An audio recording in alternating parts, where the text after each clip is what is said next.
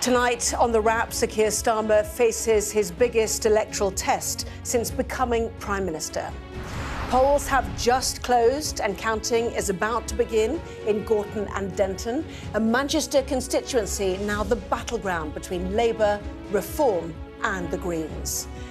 It is a huge moment for an embattled Prime Minister, already facing questions over his leadership. So can he cling on to what's been Labour's stronghold for decades? Also coming up tonight. As Hillary Clinton tells the US Congress to investigate Donald Trump, leading Democrats accuse officials of covering up allegations in the Epstein files that the president sexually abused a minor. It is abundantly clear that this is the most egregious cover-up in American history. Sky News reveals how controversial legislation to permit assisted dying in England and Wales is set to fail because of a lack of parliamentary time. Campaigners accuse peers of blatant sabotage. Plus, Is duty, my choice is Ukraine. That's why I said I'm not a good father during the war. Volodymyr Zelensky opens up to Sky News about the personal toll of Russia's war with Ukraine. Well, we discuss the day's biggest stories with Paul Johnson and Kate Ferguson. Kate Ferguson. I was looking at going, that didn't sound right. Plus a first look at the front pages of tomorrow's newspapers.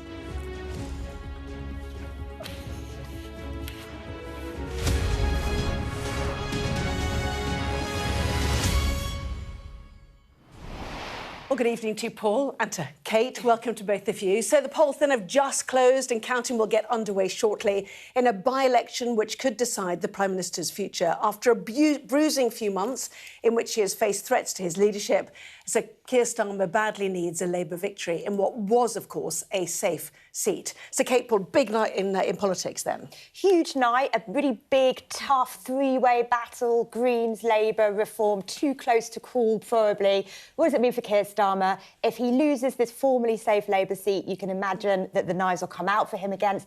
If he wins it, though, certainly safe for the time being. So a lot riding on it. Paul. Well, it's one of these absurd things in a way, isn't it? I mean, as you say, it's going to be very tight and Labour might win it by a whisker or lose it by a whisker, which shouldn't make any real difference. What I hope it tells people is that our electoral system is crackers. We've now got five parties and a two-party system. So the outcome of the next election is basically going to be random according to how people vote across constituencies. When you've got two big parties, it works. When you've got five big parties, the outcome's just a game of dice. Yeah, very interesting. So Labour then has been locked in a three-horse race in Gorton and Denton with the Green Party and Reform UK. Well, let's head to the constituency now. Political editor Beth Rigby joins us from the Count in Manchester. So much riding on this, Beth, and it could not be closer. Anna, I have covered a lot of by-elections and this one is so unpredictable. It really is too close to call. I've put in all the phone calls tonight and no one knows which way this is going to go because it's actually a three-horse race, a race between Labour that hold this seat and won it by 13,000 majority in 2024, the Greens and Reform, and this is a constituency really of two parts. You've got Garton, which is highly ethnically diverse, and then you've got Denton, which is very white, working class. The Greens really chasing down Labour in Garton, and then in Denton, Labour fighting with Reform, and just going through the parties tonight and what's the mood music. I spoke to a Labour source earlier that told me that they were feeling pretty positive. They said they thought they'd held Reform at bay in Denton, and in Garton it really is a straight fight between them and the Greens. I was told that they'd had over 1,000 volunteers out, the most volunteers they've ever had in a by-election campaign, apparently, on the last day. One source saying to me it's going to be too close to call. I'm not going to bet on it, but we are very much in contention. So that's the Labour perspective as the polls close. Reform said that they've had loads of volunteers out. One of the sources telling me we've done our best, they genuinely don't know. And then as for the Greens, they're feeling pretty positive too. And look, what would the outcomes be? Well, if Labour holds this seat, whatever the majority is, it will feel like a win. You'll remember that they lost the Runcorn and Hemsley by-election last year to Reform by just 6 votes. So if Keir Starmer manages to hold this seat, even though it's one of their safest seats with a massive majority, it will feel like a win. For the Greens, it would be completely seismic. They've never won a by-election before, despite contesting 87 of them, and they are currently, well, at the last election, they were in 3rd position. It'd be a huge moment for the Greens, and it doesn't bode well for Labour going into the May elections. And then, of course, for Reform, if they manage to take it, it would play into that idea of their momentum and Nigel Farage's desire to position himself as the main opposition to Labour. But so that's how it stands. But I'm actually joined by Zach Polanski, the leader of the Greens, who is here tonight. Zach, thanks for joining us on Sky News. You heard my summary of that. Did you disagree with anything? Do you think you're going to win? I think it was a pretty good summary. The bit I would add, though, is this is the 127th target seat for the Green Party. So if you told me 6 months ago, when I became leader of the Green Party, I would be stood here with you as polls close and talking about coming second or even first in a by-election like this, I would say that was pretty seismic in itself. So I'm incredibly proud of every volunteer that we had out on the street. Volunteers, so I accept that this might have been Labour's biggest by-election. Well, it's the Green Party's biggest by-election, and we had a lot more volunteers out there, but ultimately the votes are what matter. I'm incredibly proud of Hannah, so it's just a cross my fingers moment, really, and wait for results. Let's cut to the chase. If I stuck a gun to your head, would you tell me you've won or not if you had to be pressed? Well, I'd ask you to be less violent towards me, but I'm pretty sure we're in 1st or 2nd place, and I think that is pretty incredible. I think if the weather's been right, then I think we could take this, and I'm feeling confident but not complacent. What about what Labour said, though, about you coming in to fight them, that they are the only party that can fight both these parts of the constituency, and that by trying to challenge them in this way, instead of teaming up with the Progressives, if you like, you're going to lend votes, you're going to let Reform come through the middle? What do you say to that, Zach? Yeah, I think Labour's attitude is exactly why we're having this conversation in the first place, and the Greens are in contention. Labour, for years now, since they have become the government, or over the last 18 months, wanted to slash disability benefits, because the Greens, alongside other backbench MPs, that stopped them. I mean, Labour MPs stopped them, actually. Well, alongside Greens and outside campaigns. It was Labour MPs. But I don't think it was enough Labour MPs in terms of we're not really seeing that progressive wing of the Labour Party on things like the genocide in Gaza. We're not seeing it on the child benefit cap that was kept for 18 months. And now we have Labour MPs proudly saying they've lifted it. But it took a lot of pressure, I accept, not just from Green MPs, from lots of outside campaigners. But I don't think the Labour government can be called progressive in any meaningful sense of the word. And even if they did win tonight and they managed to cling on, I think there's still much deeper questions about Keir Starmer's majority and how he's governing this country. Just finally, just on the matter of Gaza, you have come under some criticism from Labour activists and some senior Labour figures saying that you were whipping up hatred, deliberately raising the salience of Gaza, urging constituents here to punish Labour for Gaza. What's your response to that criticism? On average, a classroom of children are dying every single day in Gaza. So I believe for any Labour politician to say that another party is raising the salience of it demonstrates their absolute moral abhorrence on this issue, and the fact that they've not taken any, well, they have taken a clear position. They've continued to arm Israel and share intelligence. So yes, Gaza has been a salient issue in this constituency, but not just with Muslim voters, by the way. I would say anyone with decency and humanity who can see what's happening in that part of the world. And just final question, the Prime Minister has been very critical of the Green Party and your drugs policy. You will know this. He has said that your policy to legalise heroin and crack cocaine, he said he thinks it's disgusting and that you should not be allowed into power. What's your response to that? I think those were vile comments by the Prime Minister, and let's be clear why he's making them. He's making them because we've talked a lot about lowering bills, protecting the NHS and rebuilding our public services. And legalising Class A drugs. So he has no answers to those cost of living issues. Class A drugs. And in terms of legalising, we're talking about legalising and regulating. It's a public health approach. We have the highest drug deaths in the whole of Europe.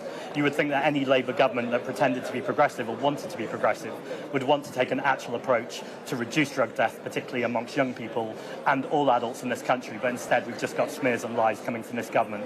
That's deeply damaging.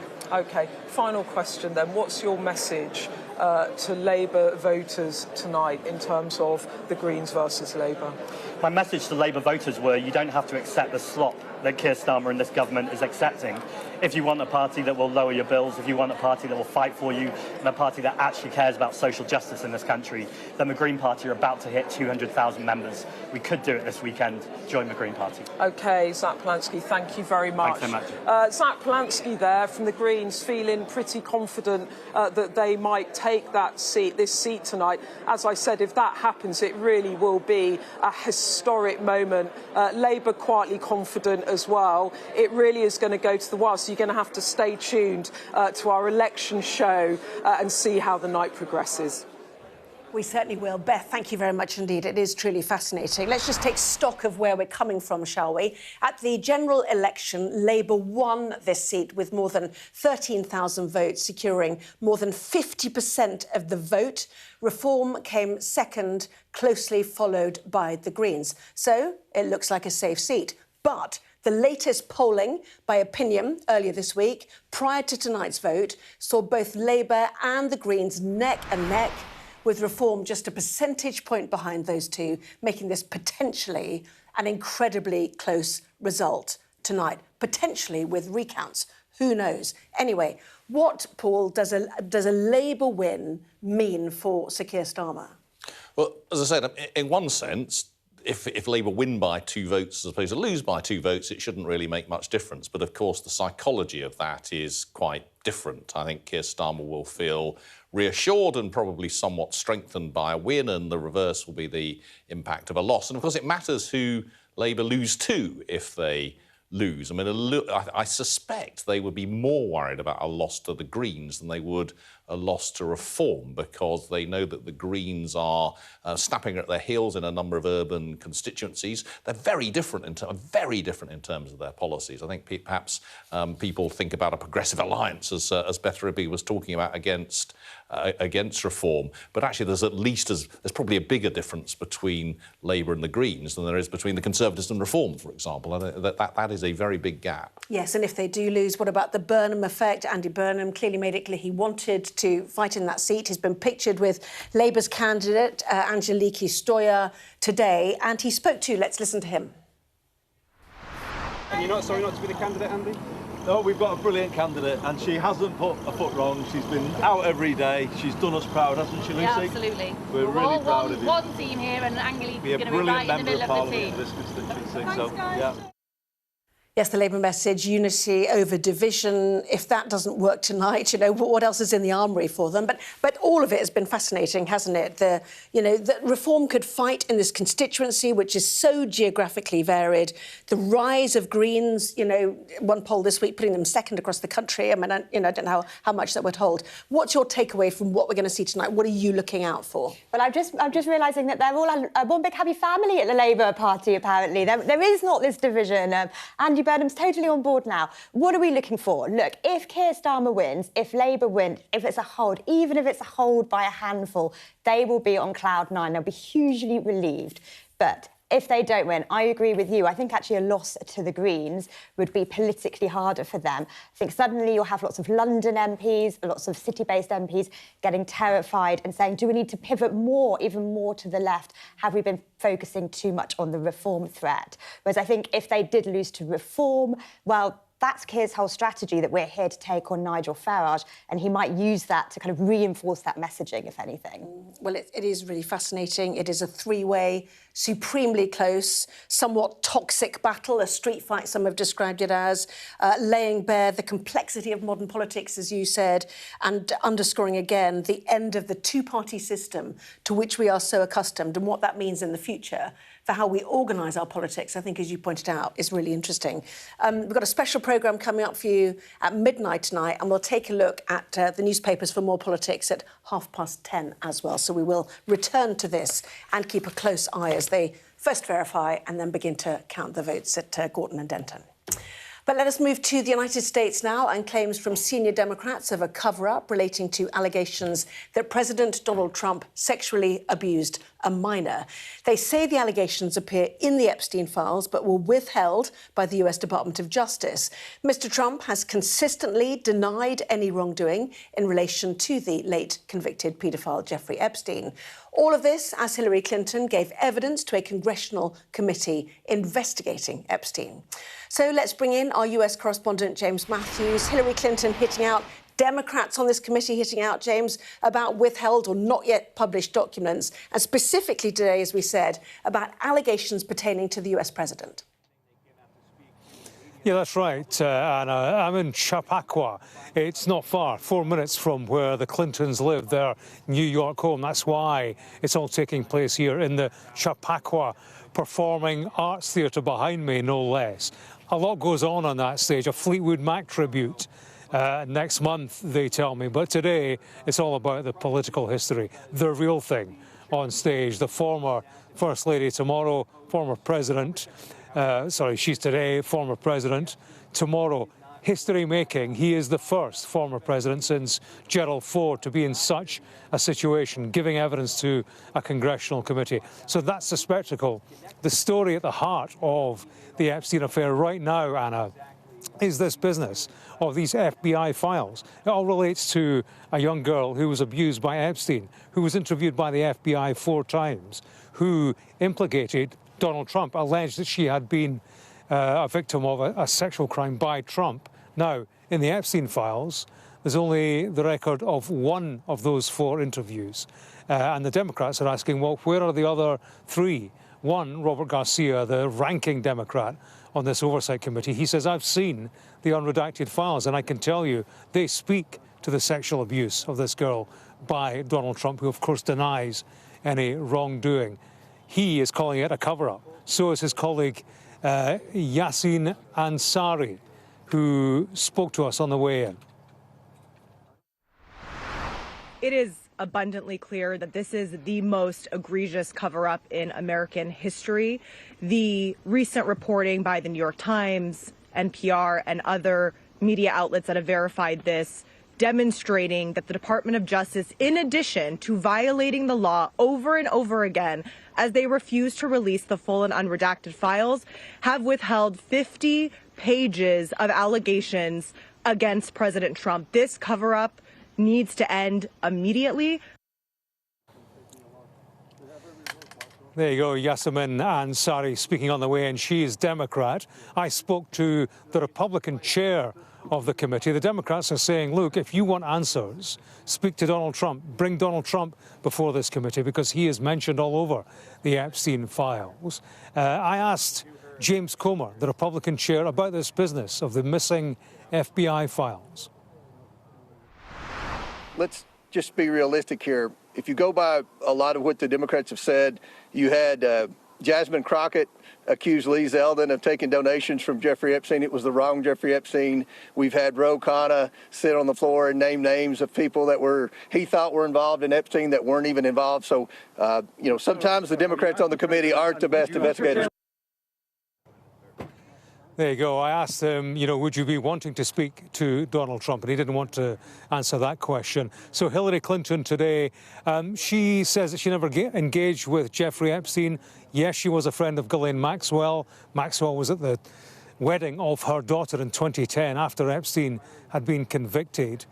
So questions to ask her there. We'll get the videotape in due course at some point. And so in terms of what went on in the room, we are yet to find out. I must tell you, though, there were house rules, no pictures, no photographs.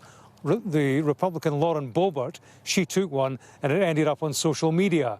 And the Democrats were furious at that. But I see that she has tweeted in response to the fuss, no US ambassadors were harmed in the taking of today's photo.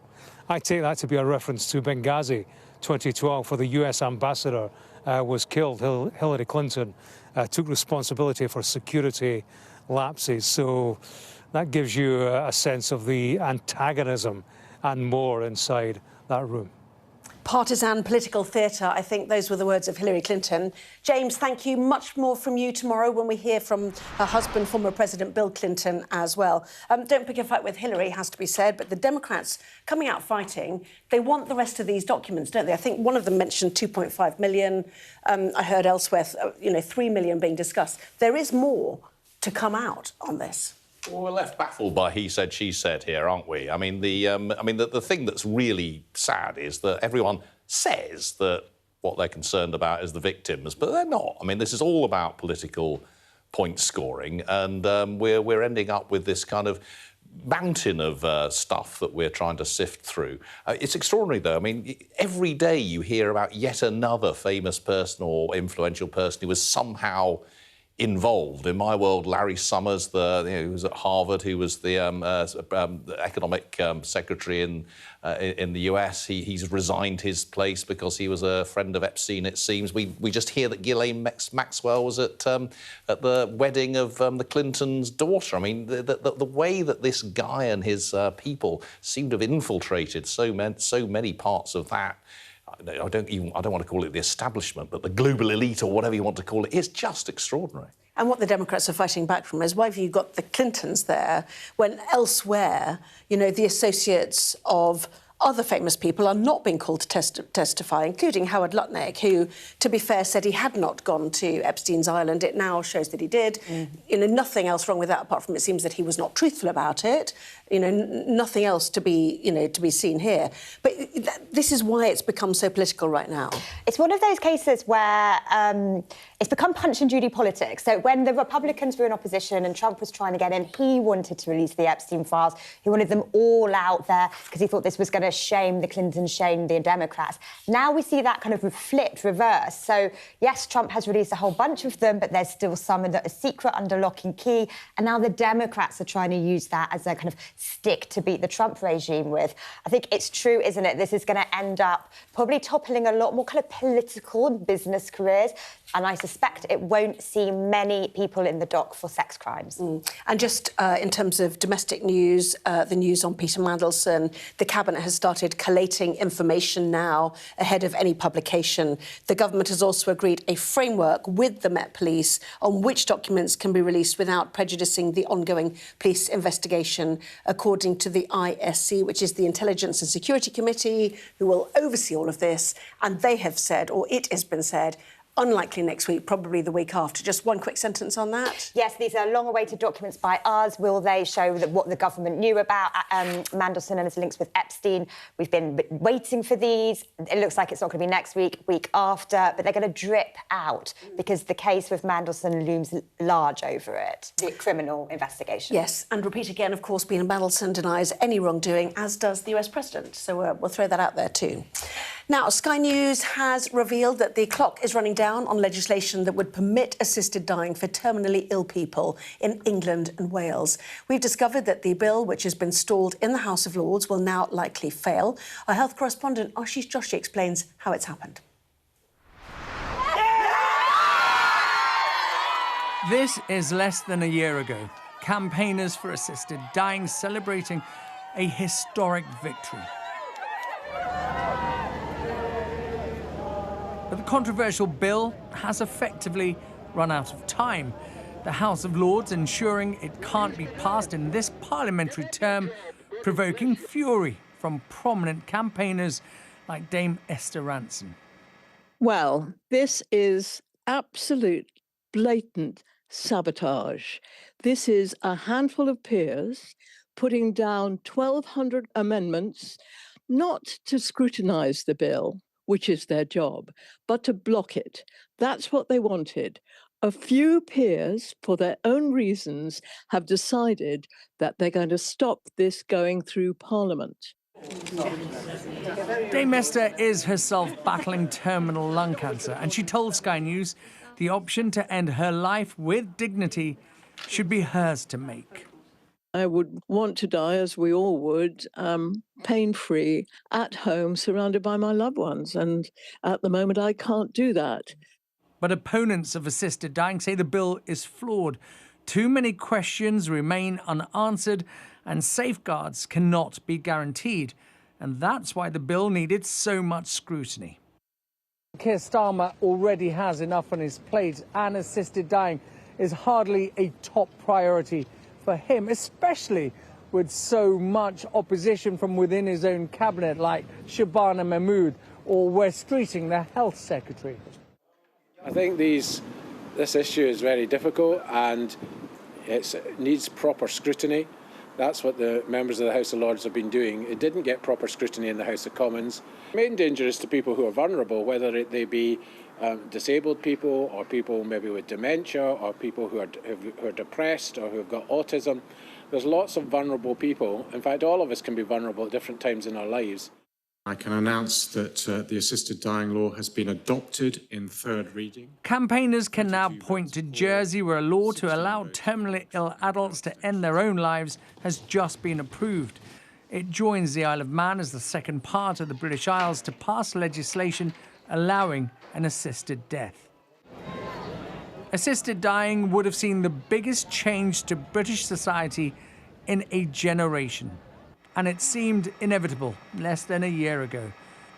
But now there's real uncertainty over whether the country is ready to take such a giant step. Ashish Joshi, Sky News. So, Kate, scrutiny or sabotage, where do you see this? Actually, I totally think this is scrutiny. I think it was actually bananas to try and bring forward such seismic legislation through a private member's bill. So, this got pulled out of a hat. There were a bunch that wanted to put forward this private member's bill. But over in the Lords, it's really hit the skids with, I think it's over 1,000 amendments. They spent hours and hours and hours scrutinising it, and that's where it's been timed out. I think that if a government wants to change the law to bring in assisted dying and to have the NHS play a role in that, they should give it time, they should draw up a proper bill, they should tell us how they'll fund it, and it should go through the proper government-allotted time for Parliament. I don't think it can be done on the hoof with a private member's bill. Yes, and certainly some people in the Lords are suggesting that it was rushed through the Commons and they're doing due diligence right now. I don't know what your feelings are about this or whether you support it full stop, but is it right that we take time to analyse this? Well, I think it's a mistake not to give it the appropriate time. I mean, this clearly is sabotage. I mean, there's thousands of amendments. I think it's a mistake politically for the Prime Minister as well not to force it to have time. I mean, it could have been his one sort of big thing that he's achieved. He clearly believes in it. Given that he clearly believes in it, he should do as Kate suggests and give it all of the time that it's needed. But I think it's a terrible shame. We know that in general the population is in favour of it. We know the House of Commons is in favour of it. Actually, the House of Lords is in favour of it. But they're using a set of parliamentary procedures to block it. I think that is clearly sabotage. I think it's a terrible shame. And I think it's not just a terrible shame, it's a tragedy for the people who will suffer as a result. OK, lots more still to come in the next part of our programme, including a full look at what is making the front pages of tomorrow's newspapers. We'll be discussing them as well.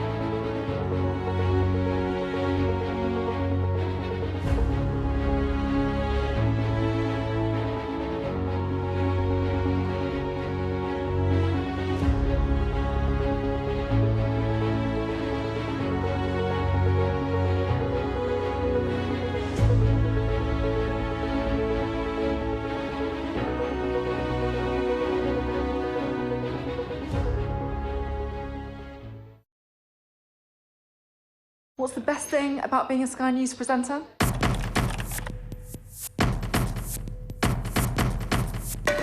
We've done the work and the reading, so you don't have to. Being a Sky News presenter. Hello and welcome. Westminster, the heart of British politics. I'm so sorry about what happened to you. So what on earth is going on? It's not true. Can I tell you what I think? It's really unusual. Mornings with Rich and Frost. Let's crack on. Let's get started. Well, it's time now to see what is making the front pages of tomorrow's newspapers, so let's head straight to them. Peers accused of sabotage. That is the front page of The Eye, which focuses on the assisted dying bill potentially facing collapse as the House of Lords is accused of filibustering. The Guardian carries a warning that a drop in migrant workers will be a car crash for the NHS and the care sector. The Daily Express picks up on criticism from senior Conservatives who say Labour has no backbone to solve illegal migration. The Metro writes that the number of young people not in work, education or training is edging towards 1 million, adding to fears of a lost generation. The front of the Daily Mirror focuses on the Soham killer Ian Huntley, who is fighting for his life after being attacked by another inmate in prison. That is also the lead story for The Sun, which reports the assailant bragged about the attack. The Huntley story also makes the front page for the Daily Mail. The FT leads with a potential fiscal boost for the Chancellor, with government debt sales expected to drop for the first time since 2023. The Daily Telegraph leads on claims that Spanish border guards will be able to patrol around Gibraltar, breaking a previous agreement under the Brexit deal for no boots on the ground. So let us talk more with Kate and with Paul about some of those stories. This is up your bag, isn't it? The Financial Times, all focus on the Gorton and Denton by-election, of course, and the fortunes for the Prime Minister. Next week, though, is a big week for the Chancellor, is it not? How does this all factor into that? And what is this story about in the FT? Well, it's sort of a big week for the Chancellor. We've got the spring forecast. We shouldn't even call it a spring statement, let alone a spring budget this time round. And I'm very pleased to say it looks like we actually will not get much or even anything in the way of policy. So that means we get one budget a year. We haven't had all of this absurd speculation in the run-up to it, and that means we haven't had all of the additional uncertainty that creates. Now, that means that there is not very much in the way of big stories there. What the FT has is a suggestion that gilt sales, in other words, the amount of debt that the government is trying to offload and sell, is going to be lower than it's been for the last couple of years. It is still worth saying that the amount of debt that the private sector is having to buy, a combination of borrowing by central government and debt sales actually by the Bank of England, is still very, very big by historic standards, but we have actually had, thankfully, a small reduction in the cost of government debt over the last few months. That will be a little bit of a bonus for the Chancellor, but as ever, there are other things moving in the other direction, and one of the things we might come on to is that the big reduction in the number of immigrants coming in actually means we'll probably get a lot less in the way of tax than we were expecting a few months ago. Why don't we jump onto that, actually? We'll come back to the Metro in a minute, but the Guardian story, focuses this on if you see visa numbers falling. Actually, we know two sectors which will be hit. It is the health service and the care sector. And actually, some of the figures in this are extraordinary, suggesting that analysis of Home Office quarterly figures reveals the number of foreign nurses granted entry to Britain has fallen by 93% over 3 years. And we know how important foreign workers are to the NHS. Yeah, historically been very important, and that's been a lot of the reason behind, or a lot of the arguments for high migration by those who support it will be, well, we need these people to come and staff our care homes, staff our NHS. I think I would just say that voters have repeatedly voted for lower migration, and it's been a promise that Keir Starmer's been very clear he wants to keep, and with that, Shabana Mahmood, the Home Secretary. I mean, they're going to be pleased on one level with these falling immigration numbers because they'll say it's showing that they're doing their job. And what the real question for this government, for this country, for this state, is as you cut these migration numbers, as you wean us off foreign labour, as it were, can you fill those jobs with domestic British labour? And that's going to be the challenge for the state. I think people do vote for lower immigration in how they vote for parties to govern the country. But can you take that shift and get, British workers into those jobs. Well, that was the great Brexit argument, wasn't it, to be fair? The question is whether we've even tried to do that. And certainly the quote here from the Royal College of Nursing's chief nursing officer, and this was back in December when there was a warning of a sharp decline in international recruitment, suggesting the profession faced the worst of all worlds. I mean, it's very striking, isn't it? I mean, after the Brexit vote and in 2016 and after we left the European Union, what happened? We entirely replaced, or more than replaced, immigration from the European Union with immigration from Nigeria and the Philippines and places like that, particularly in the health service. So we totally stopped getting European nurses, and we entirely and more than replaced them with Nigerian nurses and Filipino nurses and so on. What we didn't do was what the promise was, which was we then had the capacity to control immigration, and we didn't. We decided to use that to get nurses from other parts of the world. As Kate, I think, exactly rightly says, if we're going to do this, and people have voted for it, we absolutely need something in place to ensure that we get British workers doing it. And related to another story we might come on to, which is we've got 1 million young people now not in education, employment or training. So it's not as if there's nobody here. The question is, can we train them? Are they the right people? Will we be able to get them into the jobs that we need them in? Yeah, so what is going wrong with the labour market that people are not getting into work, education or training? Those who've just left school, for example, or left university. Is it... At what point is it the fault of the government because of the employment changes they've made and, increased tax for employers hiring people as well? Right, yeah, there's so many things to dissect in this story, I think. First of all, it's just a shocking statistic. Nearly a million people who are NEETs. I mean, I remember the term NEETs knocking about loads in the noughties, and then it seemed to go away for one, and it's really come back with a vengeance. What's going on here? First of all, a lot of these people are being signed off, often on sick, and signed off by the doctor on sick. But what happens is the longer you spend off for ill health, the far harder it is to get back into the job market. So often you're I don't want to say you're killing these people with kindness, but it's not necessarily really the best thing to do for someone to sign them off work for ill health unless they really, really cannot go to work. So you have a lot of people off for mental health conditions where probably they could, with help, with aid from bosses, work as well, and it really would be the best thing, not just for the country, but for those people as individuals. What's the government going to do about it? They say it's a problem. Pat McFadden says it's a problem, the DWP secretary. He's got Alan Milburn on the case doing a report. But is anything going to change? They're going to have to incentivise employment for bosses. I suspect they're going to have to come up with some scheme where effectively employers are paid to hire these people, and I suspect they're going to have to look at the conditionality of benefits for these NEETs. Yes, and remember under the Conservatives, it was Mel Stride trying to get the over-50s back into work post-COVID, wasn't it? On your Deliveroo bike, I think he said. Might be more plausible for a 20-year-old. Well, indeed so, but what is going wrong with society that so many have, potentially anxiety that's leading them not to work? We know that the NHS is under pressure. We've had more than 7 million people on waiting lists, for goodness sake. So some of these with physical illnesses are not getting treated. What is going wrong with what we're doing, that we can't get our young people working? Well, there's all sorts of things going on at the same time. I mean, actually, it's difficult to find work now, particularly for a lot of young graduates. I think the labour market... AI as well? Or... Partly that. I mean, unemployment as a whole is rising. We've now got, remarkably higher levels of youth unemployment than is the case on average across the European Union. That's extraordinary because actually we've tended to have a flexible labour market and a world in which young Spain, people... for example, had a very high youth unemployment for a while, didn't it? So partly government regulations have changed this, so very, very big increase in the minimum wage for young people. Actually, the increases in employer national insurance actually hit young people much harder because they hit lower earners. And, of course, as you start in the labour market, you tend to earn less. And then there's your point about this epidemic, really, of apparent mental health problems among younger people, particularly post-COVID.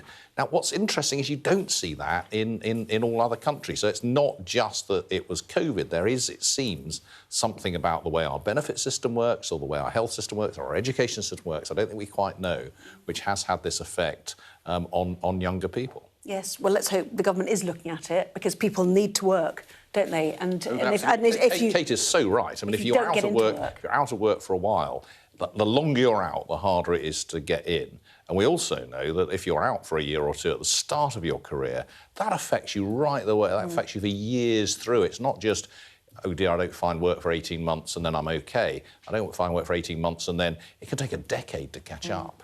I really worry that you're going to end up having this division between people who, yes, might be paid more and have more security in work, but between a growing number of people who are just jobless out of work. And so that security, that higher wage, that higher regulation coming at the cost of other people having jobs altogether. That's exactly a description of the French labour market, for example. You've got an in-group who do really very nicely, thank you, and a big out-group who can't find their way in at all. Well, you know, this is predictions of the AI future where we work one day a week, of course, isn't it? And it sort of feeds into the slightly science fiction feel of all of that.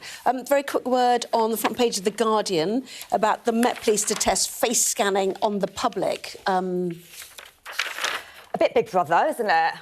It's a bit Big Brother, yes, exactly. So Met Police officers are to start scanning citizens' faces using automated facial recognition technology to check their identities in a move backed by the Mayor of London, but described as alarming by opponents, as you say, Big Brother. The Soham killer, Ian Huntley, on many a red top, fighting for his life. You'll remember this because you were at the Department of Education, weren't you, at the time? When this... I was, yes. This was back in, I think, 2002. I was in the Education Department then. Obviously, it was a shocking, shocking thing that happened at the time. Though one of the things I remember, I mean, sorry, this is just me as a sort of bit of a policy nerd and an ex-civil servant, is that one of the things that happened then is that in panic, really, the government then insisted that all teachers get additional police checks. And half the schools in the country closed down for months because they couldn't get the teachers, because they couldn't get the police checks. But more seriously, I mean, this really was a shocking thing at the time that it happened. But it's extraordinary, isn't it, that in knocking around in this very, very high security prison with a lot of murderers, you've got these big iron sharp bars which they go round whacking each other with. It's kind of pretty grim. Well, certainly violence in England and Wales in prisons is increasing significantly. The Ministry of Justice says assaults in jails has risen by 66% in the 10 years to 2025. So that is deeply concerning. And we know there have been changes to prison officers. We know many of them under the coalition government of the senior ones lost their jobs. They brought in new people. There were major changes. And actually staffing is a critical thing, is it not, in jails, even as high security as Frankland? Yeah, it is. I mean, the violence in jails has been rising. That is worrying. I don't think many people will be weeping tonight for Ian Huntley, but you know, nonetheless, it does go to show that even in HP Frankland, one of the most high-security, infamous prisons, that people can still be got at, and they are incredibly violent offenders, and they will turn their violence on each other. I think it just goes to show how, for people like that, men like that usually, they should be locked up for a very long time so they're away from the public. Assaults on staff are reaching record levels as well, and we know that many people in jail do have mental health issues, and they also have had drug dependency. So there's it's a very difficult environment. To the Daily Telegraph now, shall we? Story at the bottom that I know, Paul, you spotted, which is about mackerel. Yeah, so it seems that Waitrose is going to stop selling mackerel because they can't source the mackerel sustainably. And the problem appears to be that actually governments haven't taken the advice of the scientists who warned that unless you cut the catch very significantly, then stocks would collapse. Stocks have collapsed, so it's now impossible to fish sustainably for mackerel, which not that long ago were incredibly common around our water. So it's another example, I think, of a failure of coordination between different countries in terms of sorting out fishing, and a failure by governments to heed what turn out rather sadly to be the appropriate warnings of those who really know what they're talking about. We've seen this with cod stocks, and we've seen in the US, we've seen this with other fish stocks. And if you keep pretending you can take everything that's there, then in the end there's going to be nothing left. I feel like I'm going back in time talking about this. It feels like the quotas and North Sea cod, which everyone talked about, you know, decades ago, and here we are, mackerel, one of our most common fish that you can catch on a line in Scotland, you know, with no problem, and here we are. I mean, you always used to think they'd last forever, but if you do too much, they don't. Well, let's move on to Ukraine. And the Ukrainian president has been speaking to Sky News about the personal cost of 4 years of war with Russia. Volodymyr Zelensky was talking to our international correspondent, Alex Rossi, in Kyiv.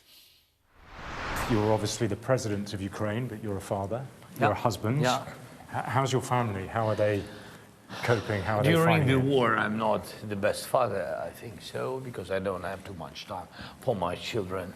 Yes, I can't compare anything with my family, but I'm the president of Ukraine. I don't compare my job, and I can't, because my choice is... It's duty. Is duty. My choice is Ukraine. That's why I said I'm not a good father during the war. Yes, very difficult, clearly, to be a family man with what they're going through. But for so many people, that will be true, because there will be, you know, fathers and mothers, in fact, who are at the front line and elsewhere fighting in Ukraine. Yeah, that really reminds me of early on in the war, where we saw the First Lady of Ukraine separated from Zelensky because he was, you know, busy running the war effort. That if she was away with the children physically separated, which is what he's referring to.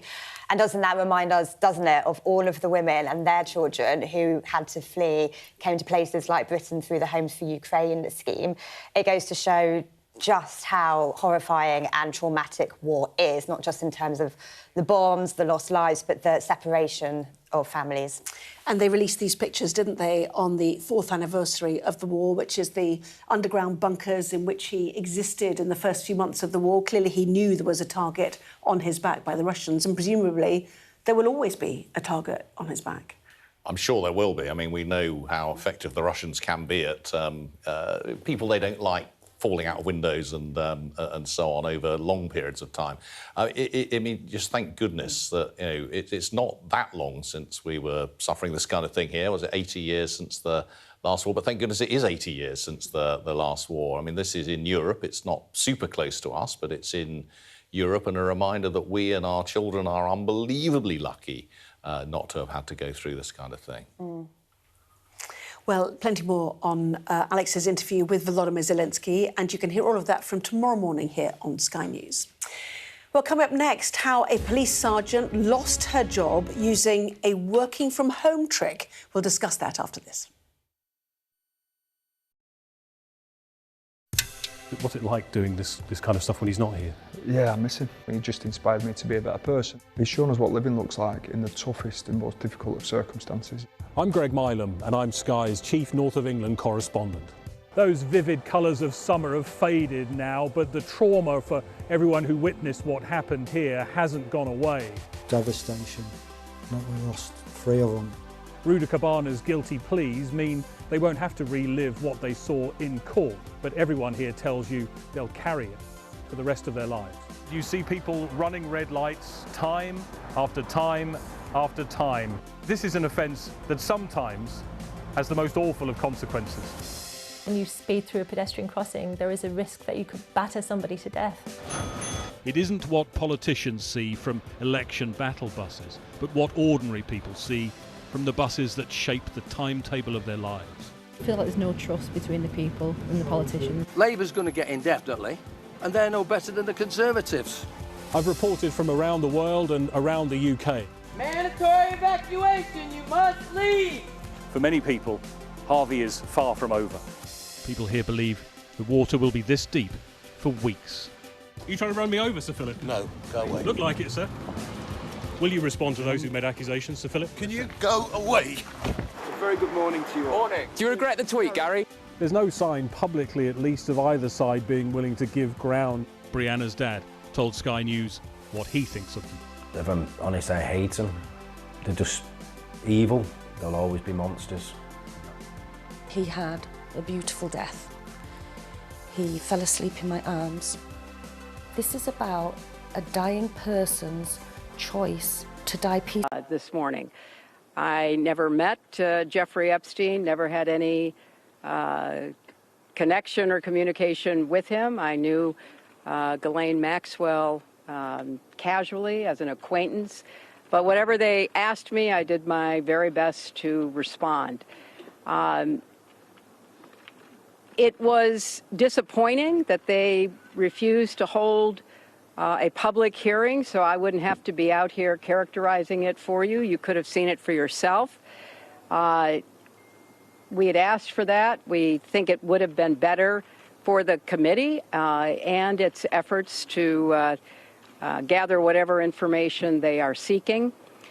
We had a bit of a challenge in the beginning because we had agreed upon rules based on the fact it was going to be a closed hearing at their demand, and one of the members violated that rule, which was very upsetting because it suggested that they might violate other of our agreements.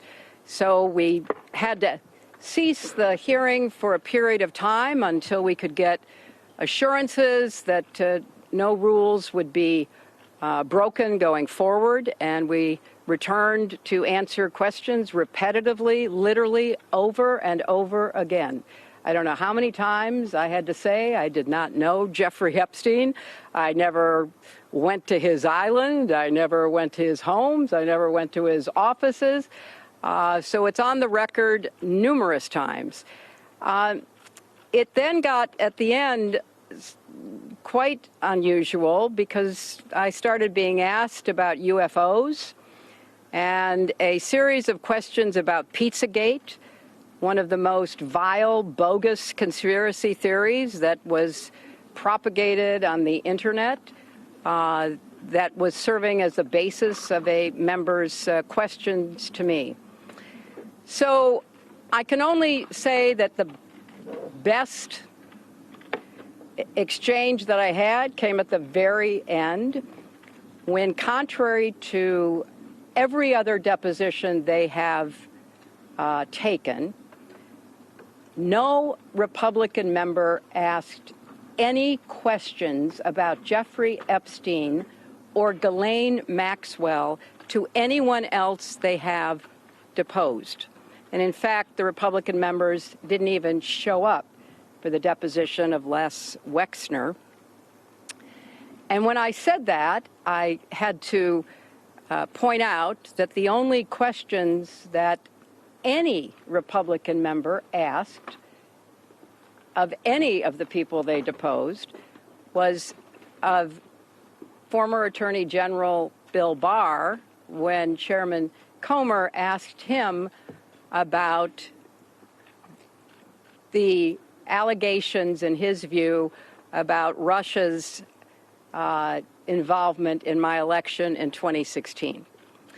So at the very end of this hearing, after I made that point, I want to commend Chairman Comer for raising a series of significant questions that I responded to about the nature of the investigation and the areas that I thought should be explored. So I appreciated that. I want to see the truth come out. So that was a reassuring way to end a very long, repetitive deposition. Madam Secretary. You spoke in your opening remarks about how heartbroken you have been for the Epstein survivors as these files have come out. Can you talk to us a little bit about how you have processed and reacted to the fact that the former president, your husband, Bill Clinton, is referencing the Epstein files numerous times, including in some photos featuring women? And how have you been personally preparing for the deposition that is coming tomorrow? Are you 100% confident that there isn't anything that the former president knows about Epstein's crimes?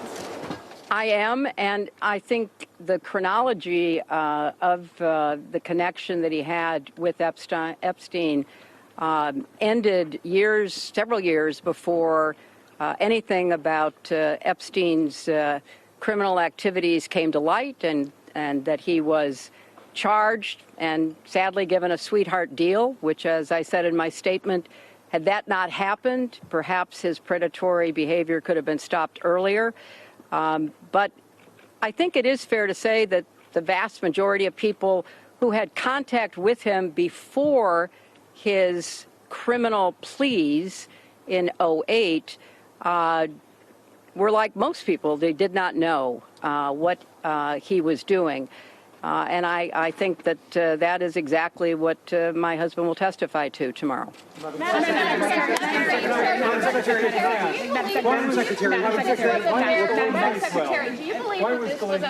do you believe this was a fair hearing? And do you still want to testify publicly, even though you do this deposition? Well, I'm not going to do it again. You know, they had a chance to do it in public, and I wish they had done it in public. And I think they're making the wrong decision, avoiding doing it in public.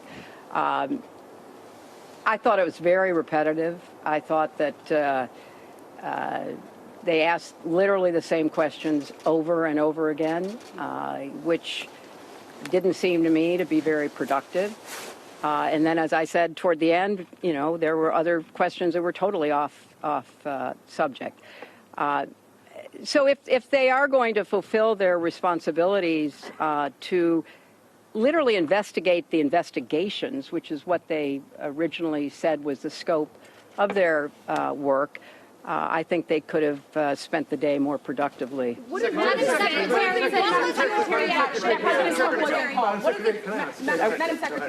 James Matthews from Sky News. Can I ask, why was Colleen Maxwell invited to the daughter of Chelsea Clinton's wedding in 2010? She'd already been mentioned in a civil lawsuit by Virginia G3 before that. Jeffrey Epstein had already been convicted before. She came as the +1, the guest of someone who was invited. Madam Secretary, thank you all. What message does it say that? Yes, I don't know when the video will be out. I don't know when the transcript will be out. We've asked that they be out as quickly as possible, and then you can see everything. Thank you. So Hillary Clinton, who has been giving evidence to the House Oversight Committee in Chappaqua, which is north of New York, hence all the snow that you've seen there, being questioned about what she knew about Jeffrey Epstein, and specifically to his former girlfriend, Ghislaine Maxwell. You heard our correspondent, James Matthews, asking that question at the end then about why Ghislaine Maxwell had gone to Bill and Hillary Clinton's daughter's wedding, and saying she came as a +1 for someone who had been invited, but, you know, very disparaging about the questions she faced from Republicans on that committee, suggesting at one point she'd been asked about UFOs. They could have spent their time better. They said that elsewhere, for other people who had been deposed to give evidence, like Les Wexner, the former CEO of Victoria's Secret, the Republicans didn't even show up to the committee. She's also put out statements earlier, basically saying that this is a bipartisan process. So Hillary Clinton urging the House Oversight Committee to very quickly release the video and transcript of what happened today, suggesting that she would have liked this to be carried out in public. And it was them, the committee, the Republican members of that committee, who suggested they should not be. So fascinating to hear from her. It is, of course, the turn of her husband, Bill Clinton, tomorrow. She said a distinction must be made between those who knew Jeffrey Epstein prior to his conviction in 2008 and those who did not. Including her husband, Bill Clinton, who did not know what he was up to. And she said that is the distinction that needs to be made, and that is the evidence that the former president will give tomorrow when it is his time to appear before the House Oversight Committee in Chappaqua, as I said, north of New York City. So we wait with great interest this video that will be released. Hillary Clinton certainly suggesting she was asked about Pizzagate, which is a disputed right-wing conspiracy theory, and UFOs, and suggesting that she never met Jeffrey Epstein, and urges the authorities to very quickly publish the video so people can hear her testimony. We'll be discussing this more with our correspondent James Matthews coming up next here on The Wrap.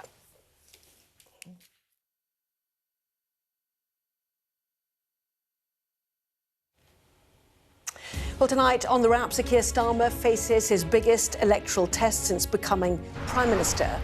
Counting underway after polls closed in the Gorton and Denton by-election, a Manchester constituency, now the battleground between Labour, Reform and the Greens. It is a huge moment for an embattled Prime Minister already facing questions over his leadership. So can he cling on to what has been a Labour stronghold for decades? Also coming up tonight, as Hillary Clinton tells the US Congress to investigate Donald Trump, leading Democrats accuse officials of covering up allegations in the Epstein files that the president sexually abused a minor.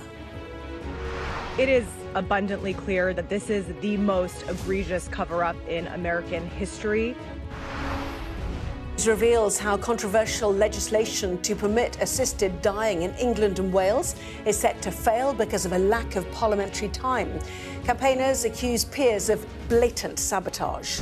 Plus, the Soham murderer Ian Huntley is in a serious condition tonight after being attacked in jail. Well, this evening we discuss the day's biggest stories with Paul Johnson and Kate Ferguson, plus a first look at the front pages of tomorrow's newspapers.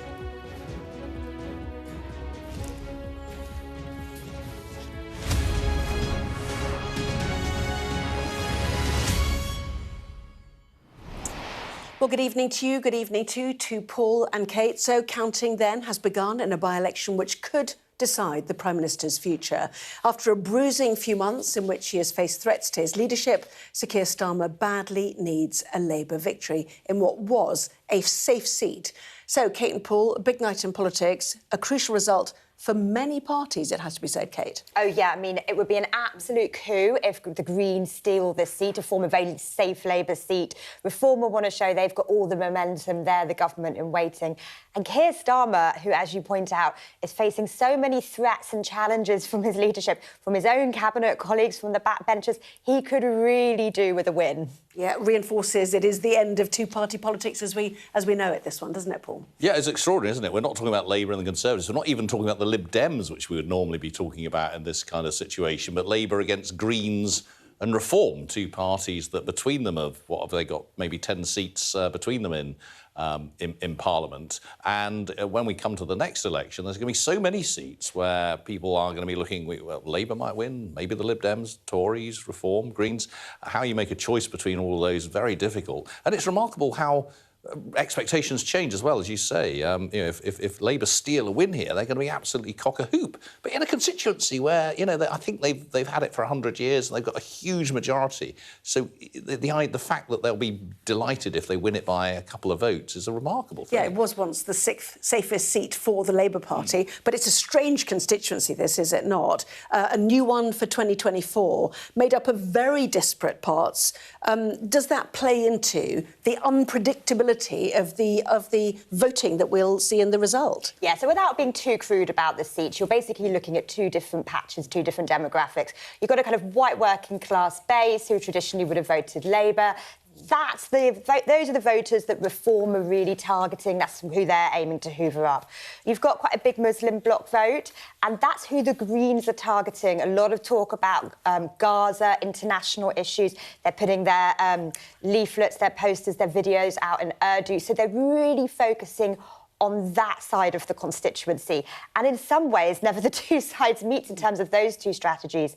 Labour would have won this seat straddling the two, OK? But the point is how much are they going to bleed out on both sides? They're facing this sort of pincer movement, to the left of them, they've got the Greens, to the right they've got Reform. Can they just about hold on in the middle? And that's the big question. Well, as Kate was saying there, Labour's been locked in this three-horse race in Gorton and Denton with the Green Party and Reform UK. Let's bring in our correspondent, John Craig. It's been a dirty fight, John, hasn't it? How's it looking? I know they do verification first, then counting. Are they already counting? What's it looking like? No, ballot boxes are still coming in, actually, just in front of where I'm speaking to you from. But as you say, Anna, a dirty tricks row, just as the polls closed. And it's over claims by a body calling itself the Democracy Volunteers about what they're calling family voting. Now, this body, the boss of this person is a man called John Alt, who says Today we've seen concerningly high levels of family voting in Gorton and Denton. Based on our assessment, we've seen the highest levels of family voting at any election in our 10-year history of observing elections. And so they have published a damning report at 10 o'clock. Now, I can tell you that some of the political parties have seized on this. Nigel Farage has tweeted saying this: incidents of family voting in Gorton and Denton reached the highest levels of any election in the past 10 years, says Sky News. This is deeply concerning and raises serious questions about the integrity of the democratic process. Now, I have to say that the returning officer and Manchester City Council are not best pleased with this body for raising this, and they have essentially said, well, if you had any complaints, you should have raised it during the day, not waiting for 10 o'clock. So, a dirty tricks row over claims of family voting. In other words, if members of families being pressurised to vote for a certain candidate. That has surfaced since the polls closed at 10 o'clock. Meanwhile, during the course of the day, well, it's anybody's guess who's going to win this. There are those. We went to Gorton, in one part of the constituency this evening, and over there the view is that the Greens are on course to win. But you get a different story in Denton, where Reform hope to do much better. And then there are Labour people here who think Labour might have just nicked it in what would be a great relief for the beleaguered Prime Minister. 4 a.m. result. You're bound to ask me. You always ask me what time the result is. 4 a.m. the returning officer says. John, stay there for us if you don't mind, but we have more breaking news, that coming from Chappaqua, which is north of New York. We've just heard from Hillary Clinton, who has been disparaging, in fact, about her fate today at the hands of the House Oversight Committee. Let's just listen to what she had to say. This, of course, about Jeffrey Epstein. I don't know how many times I had to say I did not know Jeffrey Epstein. I never went to his island. I never went to his homes. I never went to his offices. So it's on the record numerous times. Well, let's bring in our US correspondent, James Matthews. And, of course, it is the turn of her husband, James, tomorrow. But certainly the Democrats hitting out at claims of a cover-up and, partisan politics here. Yeah, that's right, Anna. I'm gutted, I have to say, that you didn't run my question and her answer. I asked her about Ghislaine Maxwell, which was one of the main things that the Republicans had up their sleeve going into that 2010 wedding of Chelsea Clinton, Hillary Clinton's daughter, and Ghislaine Maxwell was there as a guest. They were going to ask her why that was, because 2010, of course, that's after Epstein was convicted first time round. That's after one of his victims, Virginia Giuffre, launched a civil legal action, and that named Ghislaine Maxwell. I asked her, why was Ghislaine Maxwell present at that wedding? We got her answer, and that was that she was there as a +1. So that's the explanation for that one, given to the Republicans who asked her inside. She was quite dismissive of the whole process, talked about how repetitive it was, talked about how they battered away at her husband, his role. What did he know? What did she know about him? It was all kind of Bill Clinton-centric. She was asked, are you 100% confident there isn't anything that the former president, her husband, knows about Epstein's crimes? Her answer was, I am. And I think the chronology of the connection that he had with Epstein ended several years before anything about his criminal activities came to light, and that he was charged and given a sweetheart deal. So Hillary Clinton, not for the first time, standing by her man. She said it was a process which, again, as I say, was repetitive. Said she was asked about UFOs towards the end of it. So, clearly she was dissatisfied with the whole process. We knew that was the case going in, and clearly didn't grow in confidence with regard to the reasons for her being there. Interesting, Anna, that she came out actually and took questions. It's all about the narrative, the way this story is told. We had the Republicans giving their version. Hillary Clinton, seasoned campaigner, wanted to put her thoughts on record in public before we report the day's events. Should be video of it being released at some point. That could take up to 24 hours. We might not even see that until Bill Clinton's given testimony, but obviously we'll bring you that when we get it. And your question too. We're just boosting your question, which of course was critical, which is that actually Ghislaine Maxwell went to that wedding as a +1. James, thank you very much indeed for that, and a great question too.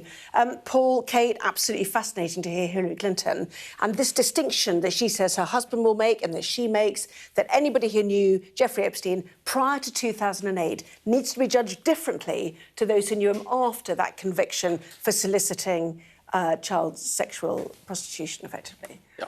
I mean, frankly, who knows who knew what when about him?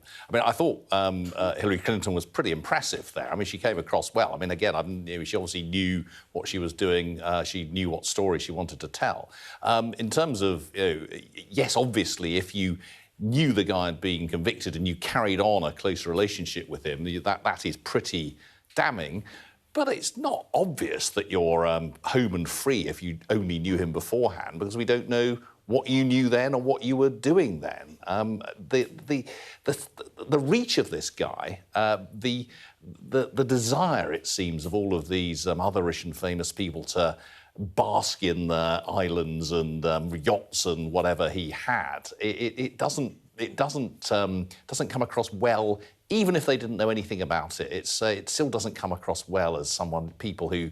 It's really sad in ex-presidents just being so desperate to be knocking around with this guy because he's so rich. Yes, absolutely. He was a master networker and influencer. And certainly before today's testimony, we heard the Republican lead on this committee suggesting they still have crucial questions about Jeffrey Epstein.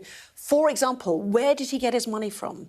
How did he know so many people? And was he an asset, they asked too, either of the United States or indeed a foreign country, which is a very interesting, final question for people. But what do you make of what Hillary said and what we could expect to hear from Bill Clinton tomorrow? So what I made of what Hillary said is, yes, she was impressive, but I feel kind of sorry for her. Like those photos of Bill Clinton in the hot tub with the girls' faces kind of scribbled out. It's just, as you point out, Paul, it's grim, it's grimy. There will be questions about what he knew. What was he doing in that hot tub? Like, why do you want to be in this kind of billionaire's private island? One of them was he was in a swimming pool, which was actually a hotel, so they could have been anybody. Well, so that I think that's, yeah. Yeah, we don't know, and he will be This is the problem. This information has been released. Form with young women, doesn't it? I mean, we know that. Yeah. What's her name? Yes. Yeah. But the point is, this information has been released without context, and that is why it is up to journalists to try and ask the questions, to weave the gaps in. But anyway, sorry. Yeah, so as a kind of, I guess, as his wife, as a woman that has to stand up there and kind of take these bullets for your husband, I feel sorry for her. And in terms of those questions over Epstein, I mean, there's all kinds of... No one can really get to the bottom of where his money came from. Is it real or illusory money? Who was funding him, really? And his relationship with Russia, obviously people have raised questions about that. Did he have kind of dodgy links? Was he kind of useful to them? Was he so much as an agent for them? All these questions still circulating, weeks after those first tranche of Epstein documents were published. And the Democrats pushing again for these documents that they say have been withheld or not yet published. I think there's probably a distinction there, suggesting, I think, today that 2.5 million are still outstanding and critical, obviously, of the Department of Justice for holding back and removing documents. So there is more to come, is there not? But should we return to politics? I know you two didn't talk about it. John Craig's still at this count underway, which has been so tight, hasn't it? I know there was an opinion poll earlier this week, John, which had the three parties vying for this, almost entirely neck and neck: Reform, the Greens, Labour. Who's feeling most confident, do you think, out of those camps tonight? Greens probably are feeling the most confident. Certainly, they actually have suggested that they're proposing to hold a victory news conference and rally tomorrow. They appear to be that confident. Now, that particular poll, Anna, had Labour and the Greens, I think I'm right in saying, on 28%, and Reform on 27%. Can I just pick up on what I was saying a moment ago, because I've just been speaking to Nigel Farage about the tweet that I mentioned a little bit earlier in response to this claim by the body called Electoral Election Volunteers, Democracy Volunteers, sorry. Mr Farage pointing out that where he talks about how the incidence of family voting reaching their highest levels of any election in the past 10 years. This is deeply concerning, said Mr. Farage, and raises serious issues, questions about the integrity of the democratic process. And he went on to say the democratic process in predominantly Muslim areas. Now, the Democracy Volunteers statement doesn't actually mention Muslim areas. Mr. Farage, on the other hand, tells me he's been campaigning on this for 10 years, going back over a number of by-elections. So it's quite a heated row developing here, not least because the council is rebutting the claims made by the Democracy Volunteers and saying they should have raised it earlier in the day. Now, I should point out that our team, who were up in the constituency earlier in the week, that was Sam Coates and producer Joe Cook. Joe Cook has reported to me that we spoke to people in Gorton and Denton on Tuesday. A number of women said they didn't want to speak to us as their husbands dealt with that, i.e. the voting. So, a row there, perhaps a distraction, but perhaps it's certainly something that may, of course, affect the result, depending on how close it is. But as the counting gets underway here, we're still no wiser, really. I won't tell you what one senior campaigner here said when I asked for a prediction, but it was rude, and he basically said he didn't know and didn't have a clue.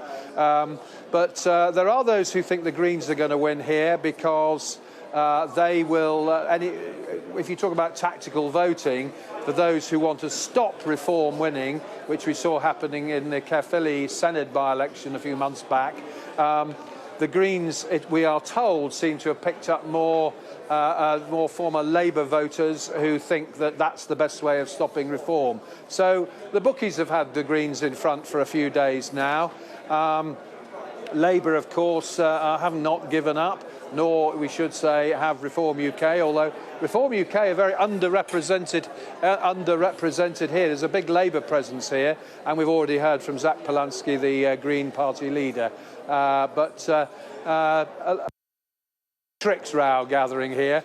There seems to be a spat between election volunteers and the council, which seems a strange way for the council to respond.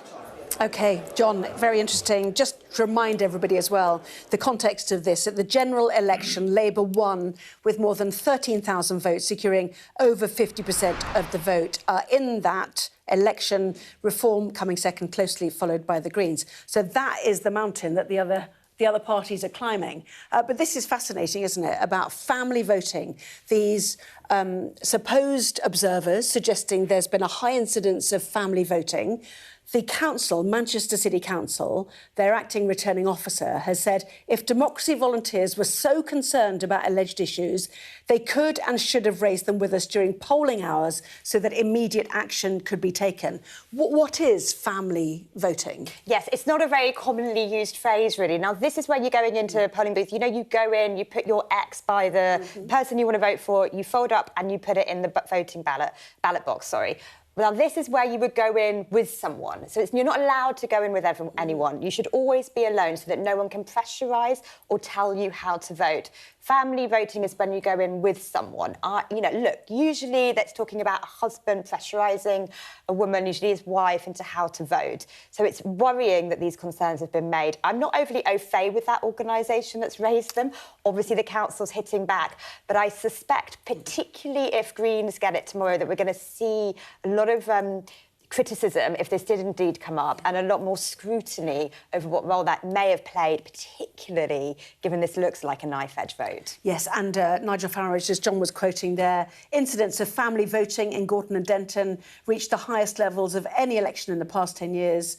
Says Sky News, quoting us. In fact, he's reading these Democracy Volunteers. This is deeply concerning and raises serious questions. So that is what he has had to say about it. It's been a fraught election battle, partly because it's so close. You know, if we wanted to see more evidence of the end of the two-party political system we have in this country, this constituency does it. And part of the problem is that each party is fighting for different constituents in this strangely frankincense constituency. Yeah, it's I mean, as we've heard, it's clearly a split constituency with a very different demographic in the two different parts of it. And it's very hard for people to know how to vote. I suppose you probably just need to vote for the people you're most keen on. But if actually what you're most keen on is stopping Labour or stopping Reform or stopping the Greens, it's very unclear which of the other parties to go for. It's amazing, isn't it? We haven't even mentioned the Conservatives. We haven't even mentioned the Liberal Democrats, who, in terms of our traditional politics, are the two big parties. And in terms of by-elections, it's usually the Liberal Democrats that we're talking about. Put this on a general election scale, constituency by constituency, it'll be incredibly difficult for people to know what's going on in their own constituency. People's voting behaviour is spread right across these parties. So can we ever get a result if we've got a third, roughly in each constituency? Can we ever get a final result again, do you think? I mean, could it be that bad? Well, I mean, don't forget, Labour won an enormous majority with, what was it, 33% of the vote. So, and then one of the reasons that they got such a big majority with such a small part of the vote is because all of the other votes were spread across so many other parties. And Reform, with what they got 4 or 5 MPs with a pretty high fraction of the vote, Lib Dems actually for the first time really scored sort of the right number of seats for the fraction of the vote they got, because they managed to concentrate that vote in a particular set of constituency. So again, in the last election, actually, it was Reform who were really struggled with the electoral system. In the next one, it could flip the other way. Remember the Scottish nationalists up in Scotland? They went from not very much to a very, very large fraction of the seats, just because they tip over that certain level. So small changes in total levels of votes can have a big effect on seats. Psephologist as well. You can add that to your, your list of things. Just very quickly, Andy Burnham as well. He's been out campaigning today with Angeliki Stoyer, the Labour candidate. Let's just listen to what he had to say. And you're not sorry not to be the candidate, Andy? No, we've got a brilliant candidate, and she hasn't put a foot wrong. She's been out every day. She's done us proud, hasn't she, Lucy? Yeah, absolutely. We're really proud of you. One team here, and Angeliki is going to be right in the middle of the team. For this constituency. Thanks, so, guys. yeah. Yes, alongside Lucy Powell there. So, if Labour does win, it buys breathing space for the Prime Minister. If they do not, will the Burnham effect be one of those questions, or is it deeper, do you think, for the future of Keir Starmer? No, I think the Andy Burnham issue comes straight back if they don't win. So people will be saying, you would have won with Andy Burnham. Was it worth blocking his return as an MP, or was that really shooting yourself in the foot by giving maybe the Greens or the Reform this impetus we're talking about? And I think it's really interesting, Andy, actually. Ever since he was blocked from running in this seat, he really has been out on the campaign trail doing TikToks, doing loads of media, pounding the street in this by-election, almost kind of pledging his almost uber loyalty to the Labour brand. I'm doing everything I can to help you. So if you lose it, you can't blame me. You can't say I didn't help you, that it was my fault that you lost it. So I think that battle is happening too. I mean, no doubt Andy's going to want to return again one day. OK, it's a very interesting constituency in itself, demographically, as you said, also because of the parties who are vying. Full coverage, of course, come midnight, and that is with Jonathan Samuels. I've just seen Sam Coates walking in, getting ready as well. Beth Rigby's up there, John Craig too, so it'll be a really interesting night ahead. So do stay tuned, get the coffee on and enjoy from midnight. Next up, though, we will be taking a look at the newspapers, also talking about Sky News revealing how the assisted dying bill will most certainly fail now due to a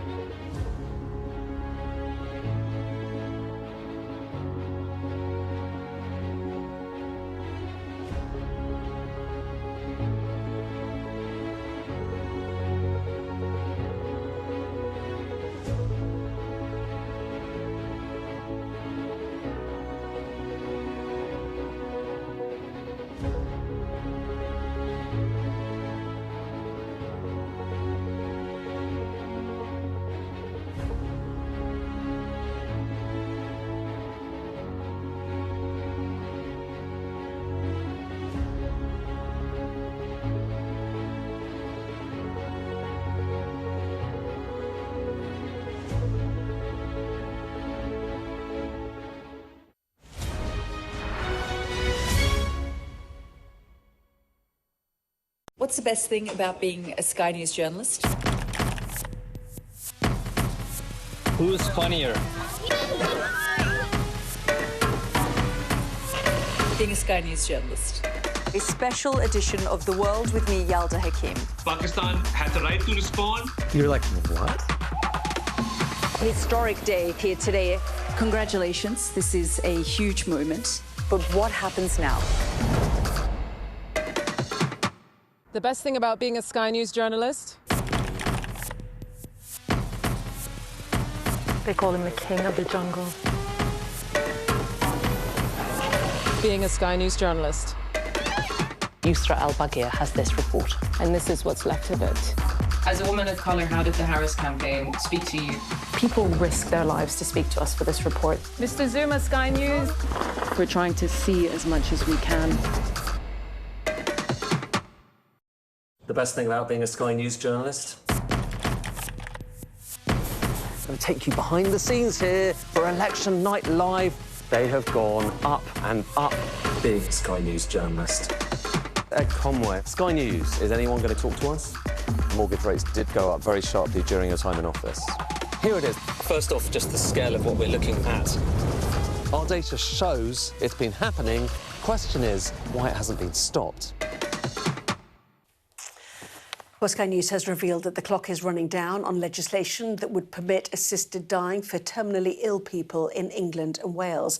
We have discovered that the bill, which has been stalled in the House of Lords, will now likely fail.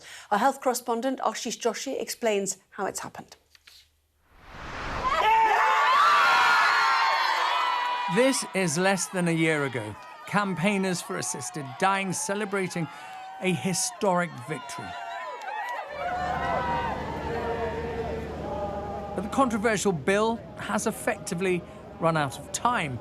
The House of Lords ensuring it can't be passed in this parliamentary term, provoking fury from prominent campaigners like Dame Esther Ranson. Well, this is absolute blatant sabotage. This is a handful of peers putting down 1,200 amendments, not to scrutinise the bill, which is their job, but to block it. That's what they wanted. A few peers, for their own reasons, have decided that they're going to stop this going through Parliament. Dame Esther is herself battling terminal lung cancer, and she told Sky News the option to end her life with dignity should be hers to make. I would want to die, as we all would, pain-free, at home, surrounded by my loved ones. And at the moment, I can't do that. But opponents of assisted dying say the bill is flawed. Too many questions remain unanswered and safeguards cannot be guaranteed. And that's why the bill needed so much scrutiny. Keir Starmer already has enough on his plate, and assisted dying is hardly a top priority for him, especially with so much opposition from within his own cabinet, like Shabana Mahmood or Wes Streeting, the health secretary. I think this issue is very difficult and it needs proper scrutiny. That's what the members of the House of Lords have been doing. It didn't get proper scrutiny in the House of Commons. The main danger is to people who are vulnerable, whether they be disabled people or people maybe with dementia or people who are depressed or who have got autism. There's lots of vulnerable people. In fact, all of us can be vulnerable at different times in our lives.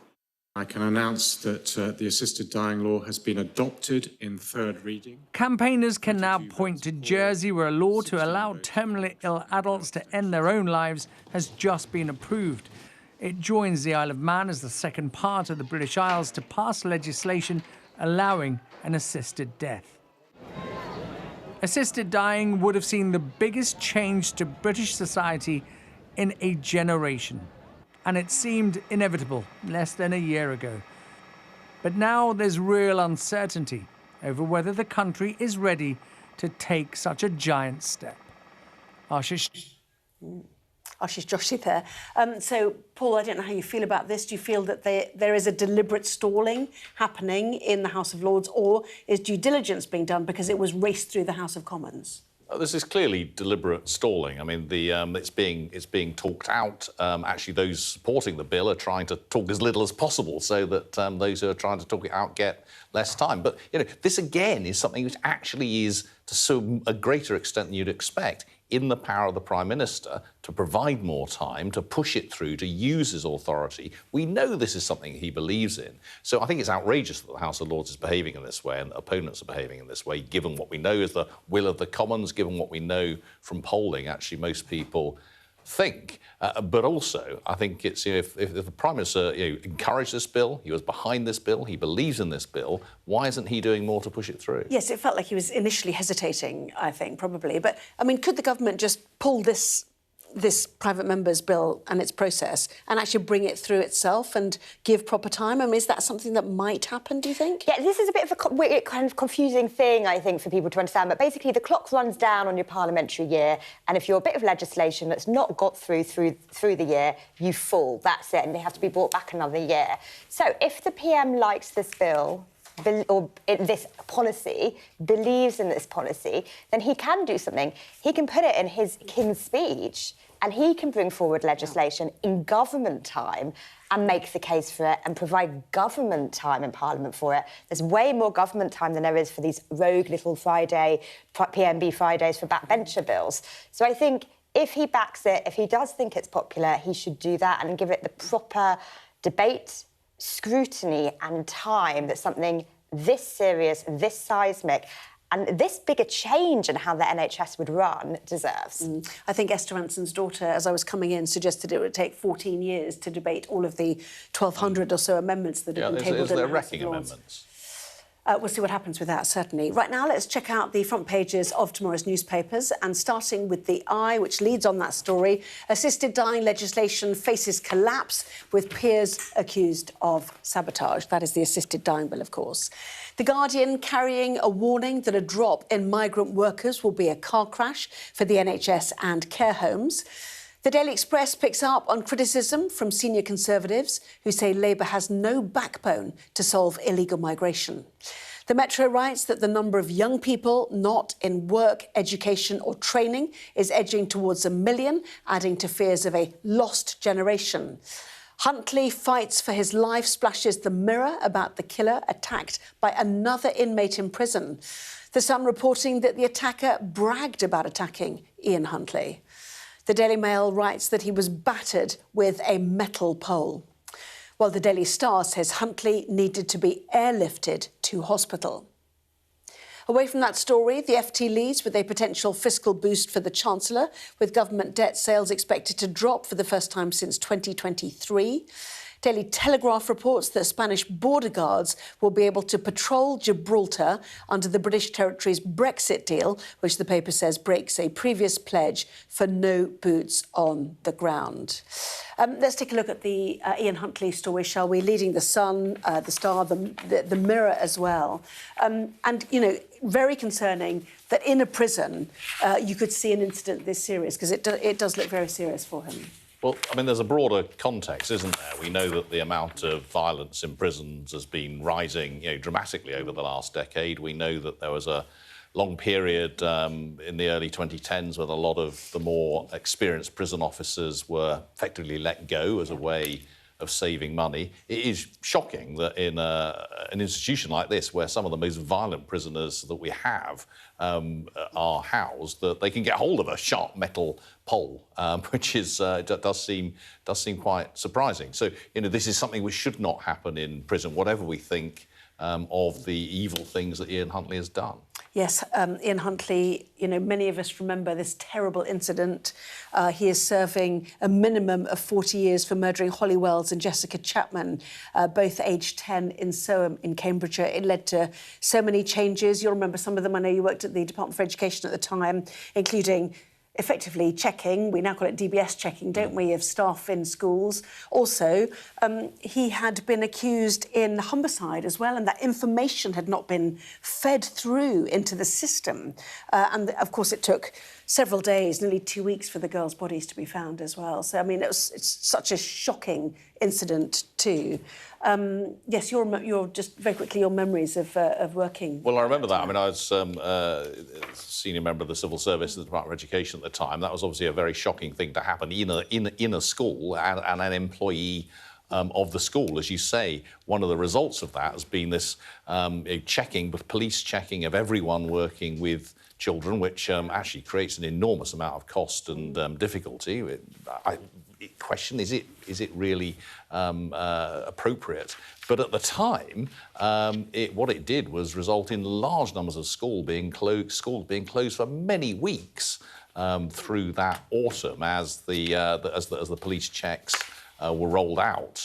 But we didn't have the capacity to do them quickly enough to keep schools open, and that was, one of the many crises that I remember through my time in education. I've just knocked a load of papers on the floor. I wonder what they were.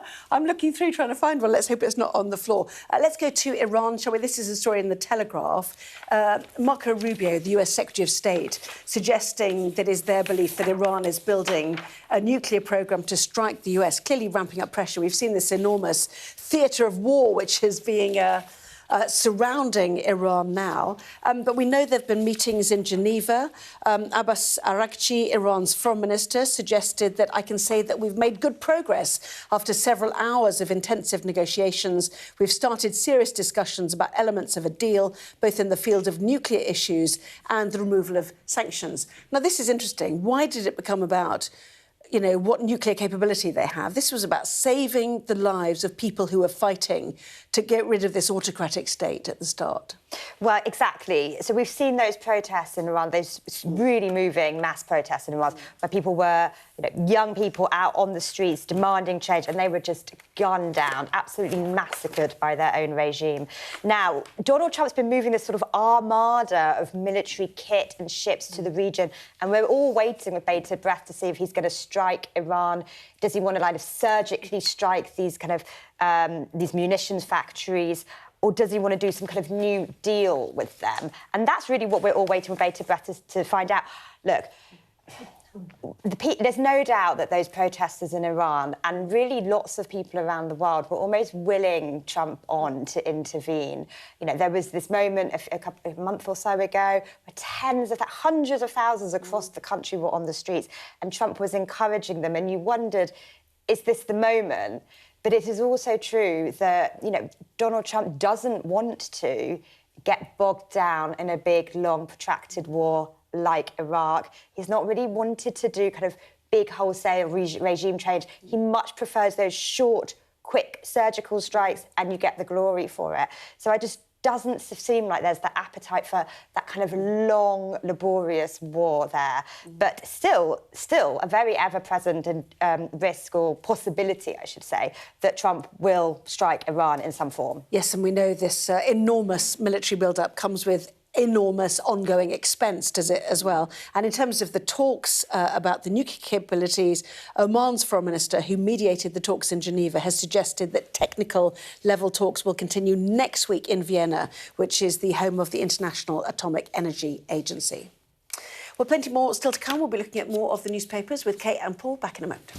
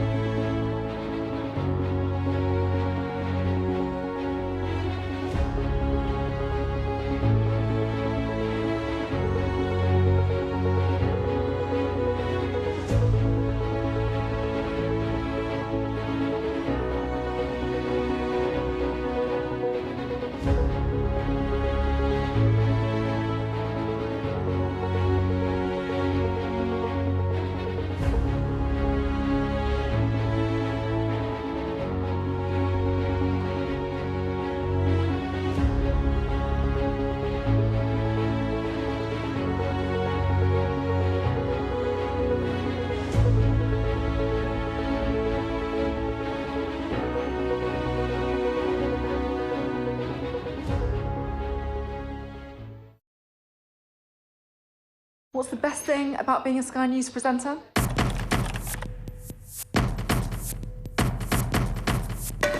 We've done the work and the reading, so you don't have to.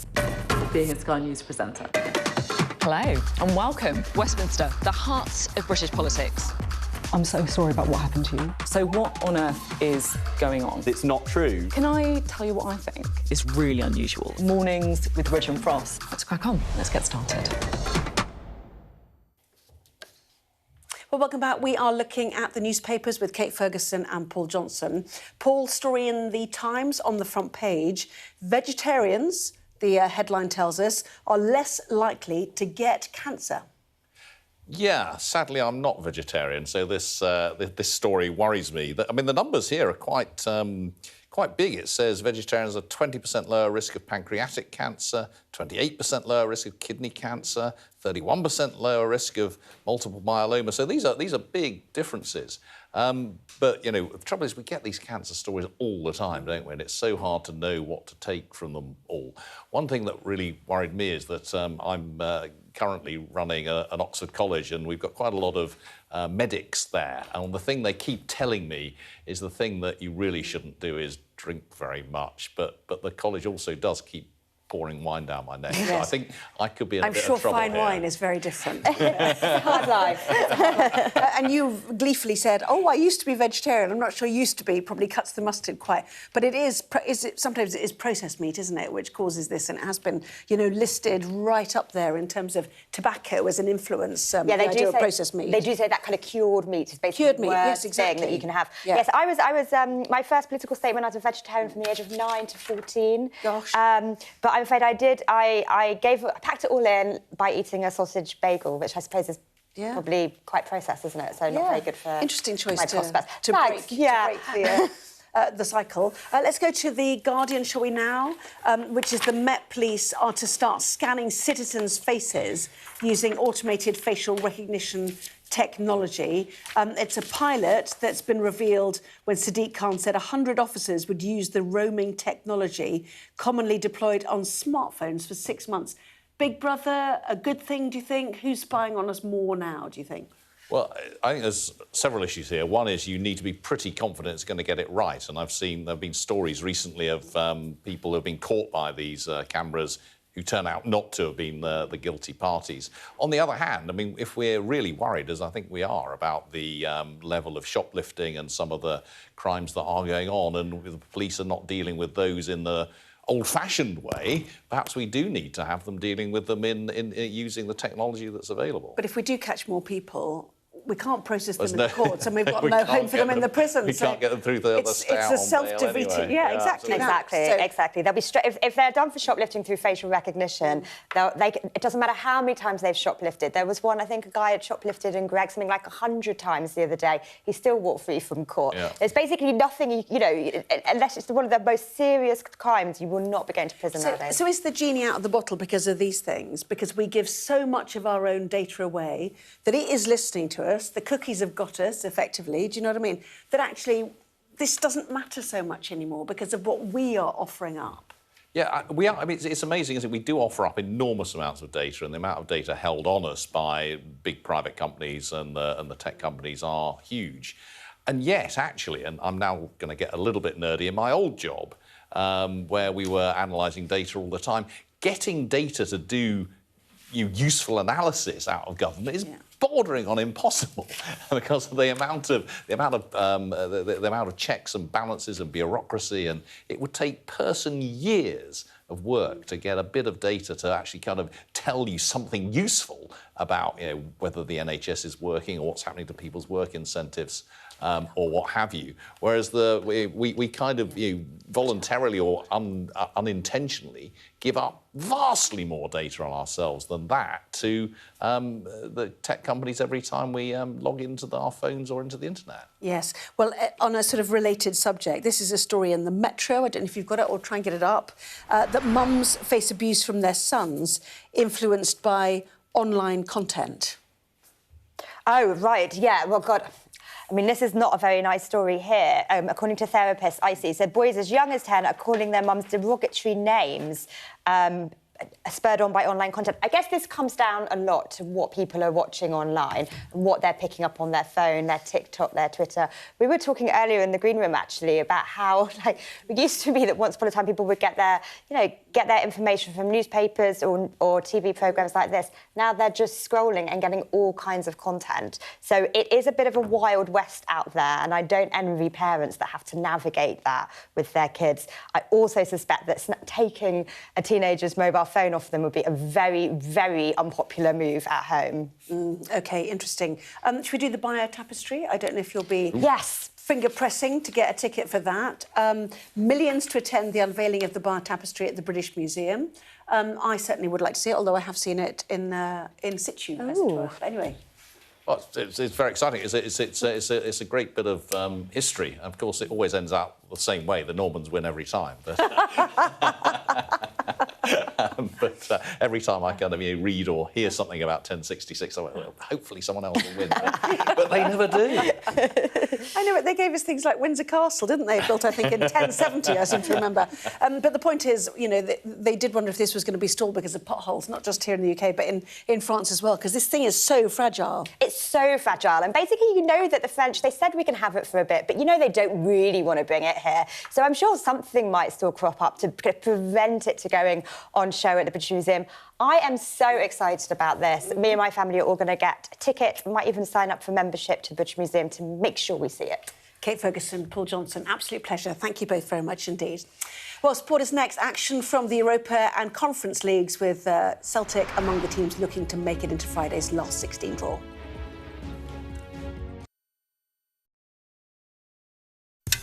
What's it like doing this kind of stuff when he's not here? Yeah, I miss him. He just inspired me to be a better person. He's shown us what living looks like in the toughest and most difficult of circumstances. I'm Greg Milam, and I'm Sky's Chief North of England correspondent. Those vivid colours of summer have faded now, but the trauma for everyone who witnessed what happened here hasn't gone away. Devastation.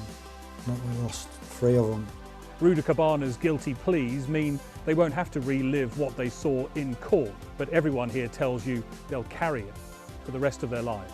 You see people running red lights time after time after time. This is an offence that sometimes has the most awful of consequences. When you speed through a pedestrian crossing, there is a risk that you could batter somebody to death. It isn't what politicians see from election battle buses, but what ordinary people see from the buses that shape the timetable of their lives. I feel like there's no trust between the people and the politicians. Labour's going to get in definitely, and they're no better than the Conservatives. I've reported from around the world and around the UK. Mandatory evacuation, you must leave! For many people, Harvey is far from over. People here believe the water will be this deep for weeks. Are you trying to run me over, Sir Philip? No, go away. Look like it, sir. Will you respond to those who've made accusations, Sir Philip? Can you go away? A very good morning to you all. Morning. Do you regret the tweet, Gary? There's no sign, publicly at least, of either side being willing to give ground. Brianna's dad told Sky News what he thinks of them. If I'm honest, I hate them. They're just evil. They'll always be monsters. He had a beautiful death. He fell asleep in my arms. This is about a dying person's choice to die peacefully when they want to, on their terms. We've got your Sunday mornings covered. From the front page and the sounds of the streets to the voices of the people who make the major calls and big picture politics beyond Westminster. We'll put you at the heart of our story. I'm ready. Are you? Join me, Trevor Phillips, Sunday mornings on Sky News. What's the best thing about being a Sky News journalist? Who's funnier? Being a Sky News journalist. A special edition of The World with me, Yalda Hakim. Pakistan had the right to respond. You're like, what? Historic day here today. Congratulations, this is a huge moment. But what happens now? The best thing about being a Sky News journalist? They call him the king of the jungle. Being a Sky News journalist. Yusra al-Baghir has this report. And this is what's left of it. As a woman of colour, how did the Harris campaign speak to you? People risk their lives to speak to us for this report. Mr. Zuma, Sky News. We're trying to see as much as we can. So let's get all the latest sport now. Head over to Sky Sports News and Jamie.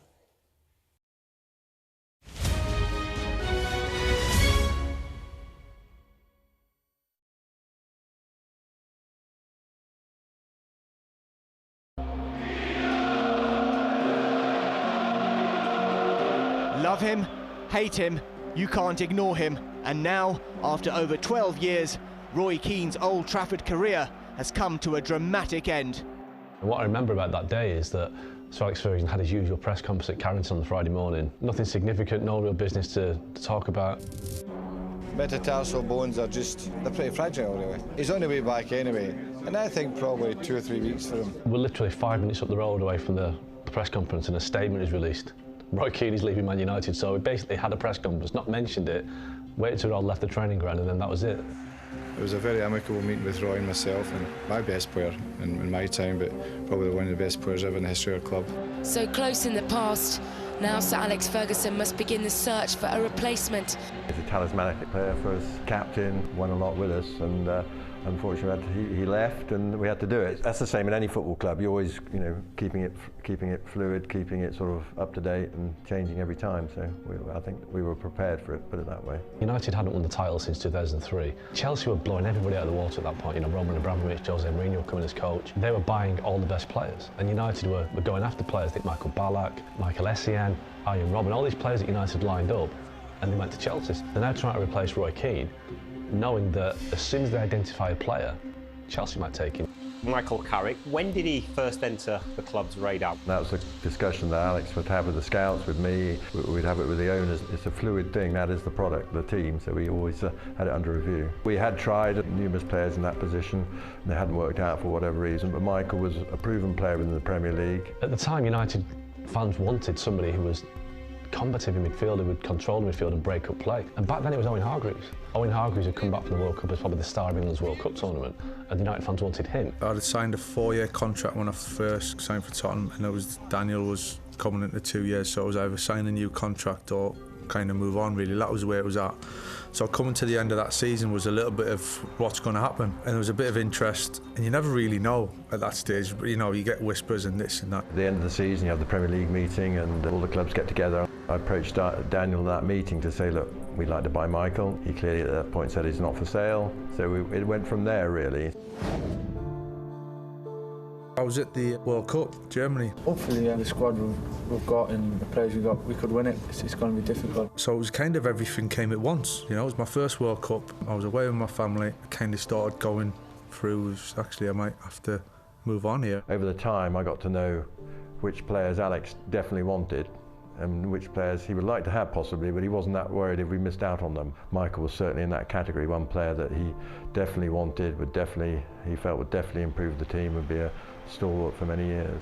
I was so happy at Tottenham. I really loved it at Tottenham. We had a great set of lads, we had a good team, really settled. What's the best thing about being a Sky News presenter?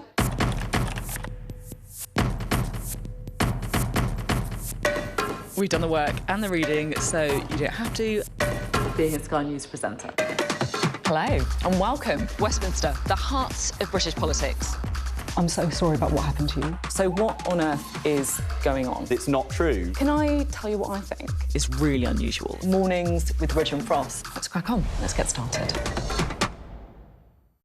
The best thing about being a Sky News journalist? I'm going to take you behind the scenes here for Election Night Live. They have gone up and up. Being a Sky News journalist. Ed Conway, Sky News, is anyone going to talk to us? Mortgage rates did go up very sharply during your time in office. Here it is. First off, just the scale of what we're looking at. Our data shows it's been happening.